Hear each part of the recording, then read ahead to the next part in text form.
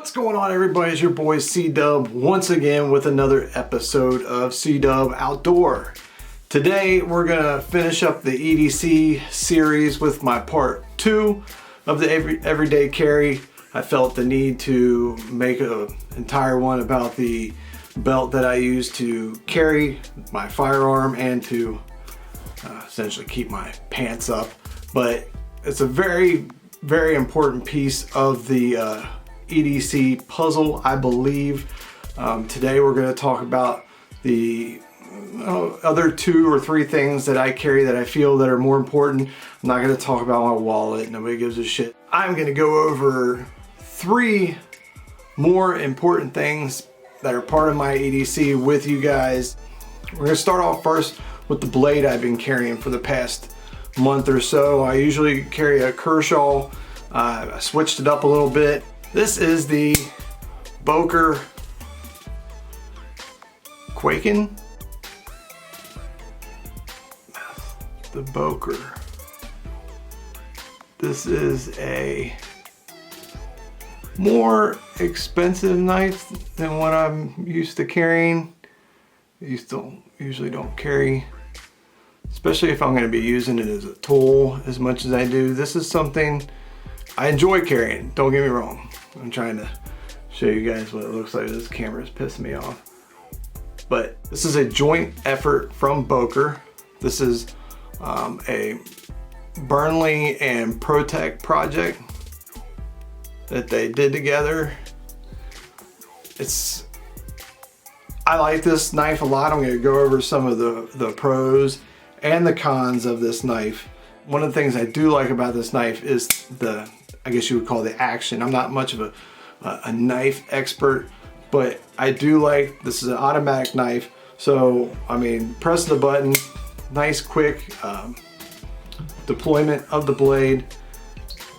I don't like when you are placing the blade back, there is no like audible reset or click to let you know that the blade is back in place like it is, because it is spring loaded and sometimes it wants to, since I don't hear that click, I just kind of throw it back in my pocket and close it, and it wants to flip back open. But I've grown accustomed to, there is no audible reset, I guess if you want to put it with firearm turns, there's no audible reset. But the action on it and the blade deployment is very nice, very aggressive, I guess you could say. That's made out of well-constructed material. And I'll go over all the specs of that here in a minute. So the pros, the deployment of the blade is nice. Feels nice in the hand. I wish there was a little bit more texture on the grip. It is a matte finish on the grip, so it does make it a little bit grippy.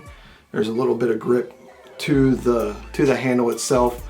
I wish there was some jimping on the back of the blade here for, when you're using it to cut stuff. Just, it would make it a little bit nicer to hold on to. The blade is fine tipped as this was. I thought I was going to have issues as far as like prying and stuff like that. I put this thing through the works, believe me. And it survived it all. It's been a good knife.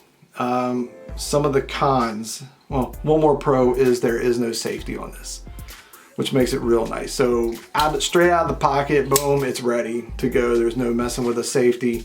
You see some of these automatic knives and they have a safety, and it's kind of a pain in the ass. So Boker makes a really nice product with this knife. It is the Kwaiken. It's got a nice deep concealment clip.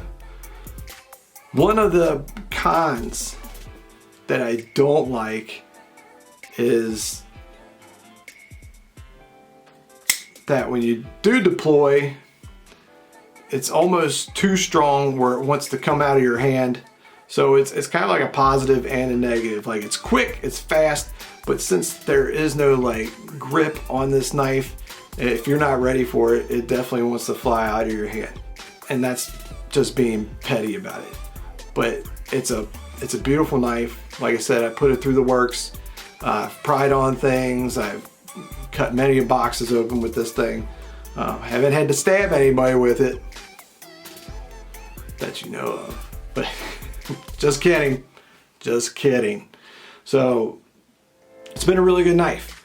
A little bit more expensive than my taste. So, I mean, it's up to you guys. Whatever your budget is, there's always going to be a knife for you guys. And this is more, I believe it is somewhere around the $150 mark from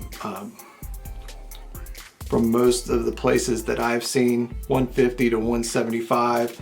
There's a smaller version, the mini, that is a little bit cheaper. I believe it's $120, but it's a good knife by Boker and Protec. Specifications on this thing. The blade length is 3.5 inches.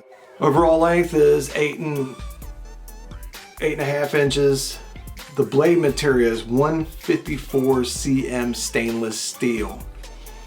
I'm not gonna lie and sit here and act like I know what that is, but I looked it up and it's apparently pretty good stuff. The black finish is black, obviously, and the handle is made out of T6-6061 aluminum. Once again, I know it's aluminum, but I don't know what all those numbers mean. All you machinists and metal workers out there, comment below, tell me what the hell I'm talking about. And the pocket clip is stainless. It weighs about 3.4 ounces and it's made in the USA.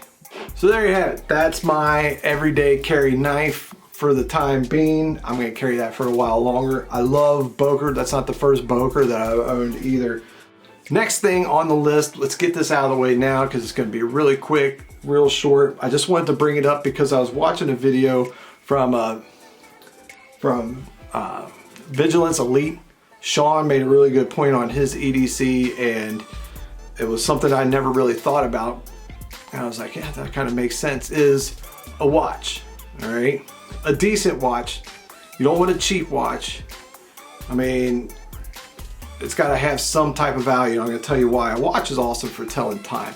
But also, if you're ever in a tight situation where you need to, say you don't have money, you're broke, you got robbed, you need to jump on it, get a cab or something like that, a watch always makes a good trading, something to barter with, something to trade for. Especially if you get a nice name brand. Doesn't have to, I think he says he carries wears a Rolex wherever he goes. I mean, that'd be awesome if we could all afford to have Rolex, but it looks like he's had it for some time. But it does make a great point, is using it for financial purposes, trading purposes, bartering and stuff like that. Not just to tell time, but to get you out of a tight situation if you need something that has value. I was like, wow, that makes a lot of sense. Never thought of it that way. So not only does it tell time, but it can get you what you need if you don't have any money sometimes. Great point.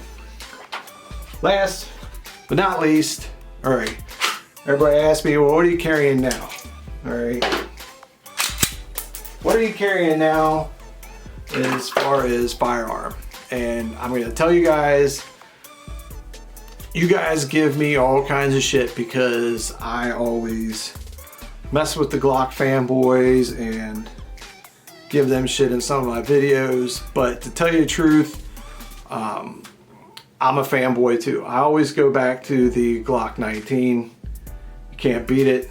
It's the best all-round firearm out there right now. Say what you want, disagree with me, I don't care. I've carried every single subcompact, compact, single stack, double stack out there right now, and nothing has been like, you know what? I like this a lot better than my Glock 19.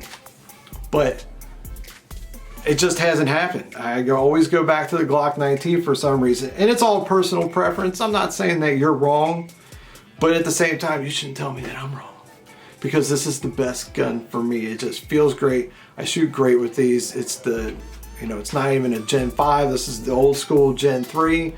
All I've done is some trigger work and some Talon grips on this thing. For concealed carry, I always believe that you don't want to do crazy work. I don't believe you need to. This has just got a 3.5 pound trigger in it. That's it. And the grips. That's all that this thing, all that's been done to this thing. And well, it's got the night sights also. But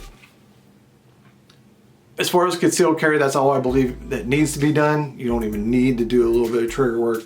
All the other crazy stuff, you know, I'm not a believer in the RMRs and stuff like that, the laser sights on your concealed carry. If you're gonna pull a gun in a self-defense situation, I don't think that that's necessary. But that's just me. Like I said, Glock 19 Gen 3, that's what Chuck is carrying now with Talon grips and the trigger work. Now, I have several different holsters that I use, you know. The one that I always carry because it's quick, it's easy. You know, I have different ones for the range or whatever, but the everyday carry, you know, throw it in my belt, not really think about it. Like I said, it goes in fairly simple. My firearm fits in there nice and neat. Great retention on this thing. I mean, awesome. Especially for the price. You know, I'm all about the budget. And that is my buddy down here at Badger Concealment. Makes a great product. I don't know if you can see his logo. There it is. Badger Concealment makes these nice Kydex holsters. Nothing fancy. I don't believe he offers the concealed claw or whatever, but I think you could buy them and put them on there if you wanted to. I don't need it, especially like I said, for my everyday carry. I just throw it in the waistband and go. I'm not huge on printing. I feel no matter, once again, I've tried every holster, no matter what holster I use, it always prints some different way. When I bend over, it starts to poke out this way or that way. It doesn't matter. Every holster that I've tried prints some way, somehow. So this is the best holster for me. Once again, personal preference. I shouldn't say best holster. It's the best everyday carry holster for me. There's several ones for the range and stuff like that when, you know, in different situations. But I love this. Great guy, great product, great price. I believe they're like 35 bucks shipped. That's damn good price for a damn good holster.